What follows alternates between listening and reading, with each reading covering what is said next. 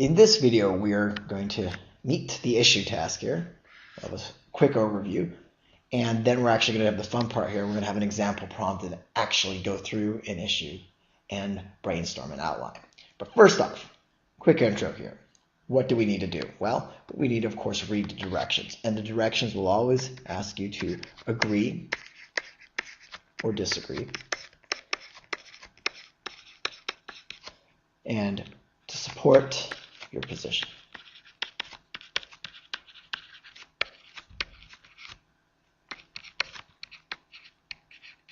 Sometimes they will give you a little extra information, and it's important for you to read the extra information.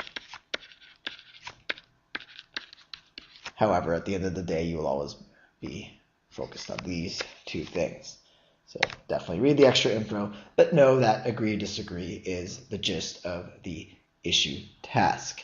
Now, in agreeing or disagreeing, of course, you want to eventually come up with a side here. So you always want to choose a side. Do you agree or disagree? But oftentimes this extra info will explicitly say that you have to look at both sides of the argument. So you will choose a side, but you will have to look at both sides. That is, there's a positive and a negative, a pro and a con, as I call it. And if you do not have these extra directions, you still need to address one of the sides. If you pick the positive side, you're defending that, you still need to say, hey, the negative side may sometimes have some validity. And this important point is called the concession point. So you must make sure that you, in addressing both sides, show that the other side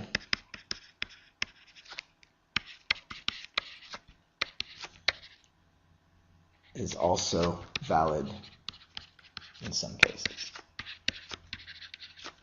Again, do this even if the extra directions is not explicitly called for it, because the GRE likes you to think analytically, and when you can think of the other side of the issue that you're debating, it shows that you are an analytical thinker. So again, concession point here is very important. So now let's actually take a look here at the different categories of issues. Where are these questions coming from? And so first theme here is the government and power theme. And let's take a look here at an example. Governments should focus on short-term solutions rather than long-term ones. So what we have here is a simple question about government and power. Again, they could have many variations on this. And it could be a completely different question, but again, it will relate to government and power. To really see this, you can go to gre.org, and there they will have a pool of issue tasks. And again, one you'll see is government and power. Another one you'll see is education. For instance, they could ask something like, students should only take courses in college that have a direct bearing on their future careers. Okay, fair enough. And something like culture and society. This one's very broad. Lots of stuff fits underneath here. Here, one possible example, society flourishes best if there is a diversity of opinion.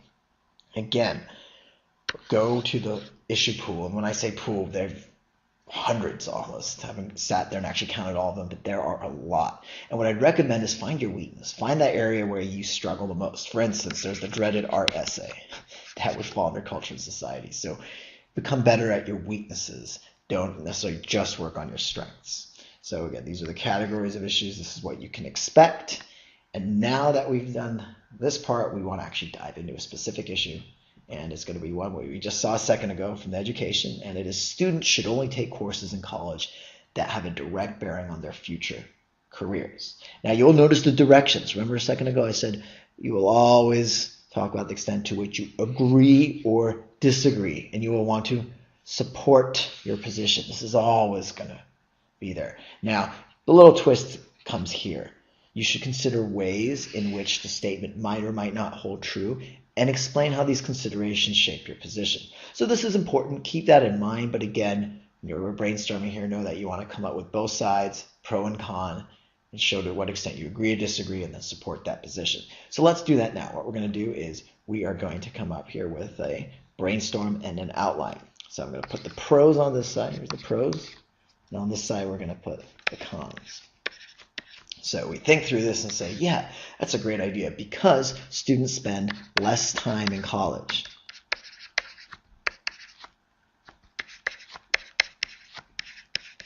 And less time in college means less money. That is, students don't have to spend as much money in college. They can get out in 3 years perhaps, because if they're taking courses only that have a bearing on their future careers, this is great. Less time. What does that allow them to do? Well, in addition to saving a lot of money and not feeling like they're taking irrelevant courses just for credits or units or what have you, they're actually out in the working field and they're engaged or doing their profession, engaged in their profession, not the person, but engaged in their profession. And of course, making money, paying off those loans, or because they didn't have to spend as much, that's great. So they're already doing what they like, we assume, in terms of their job. And that's great because that helps society. They can add to society sooner, contribute to society sooner. That's great. So we can come up with a few. Now, don't sit here all day and just go, okay, what else can I come up? What else can I come up with? This already definitely gives us a sufficient amount of information to work off of. But now let's consider the other side. You may think, yeah, hold on a second. What about well-rounded members of society? We want people to learn more and learn about antiquity, Roman history, read Shakespeare. So well-rounded individuals.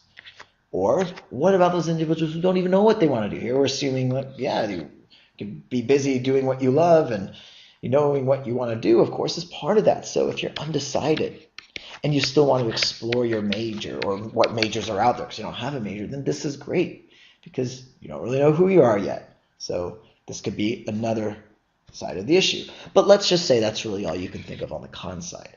Then it's time to say, well, I need to choose a side. And I have a lot more here with the pros. So you choose your side.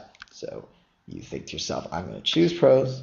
I am going to say, I'm going to start off my argument with less time in college, less money, and that's going to help me flow into they're engaged in their profession sooner and helping society. Maybe that would be my first paragraph here, opening paragraph, second paragraph. And then you want to talk about that concession point.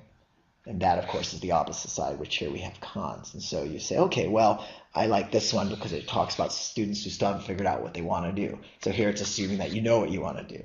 So here would be the concession point, students who are undecided. There you go, check. And just like that, we're ready to write our essay.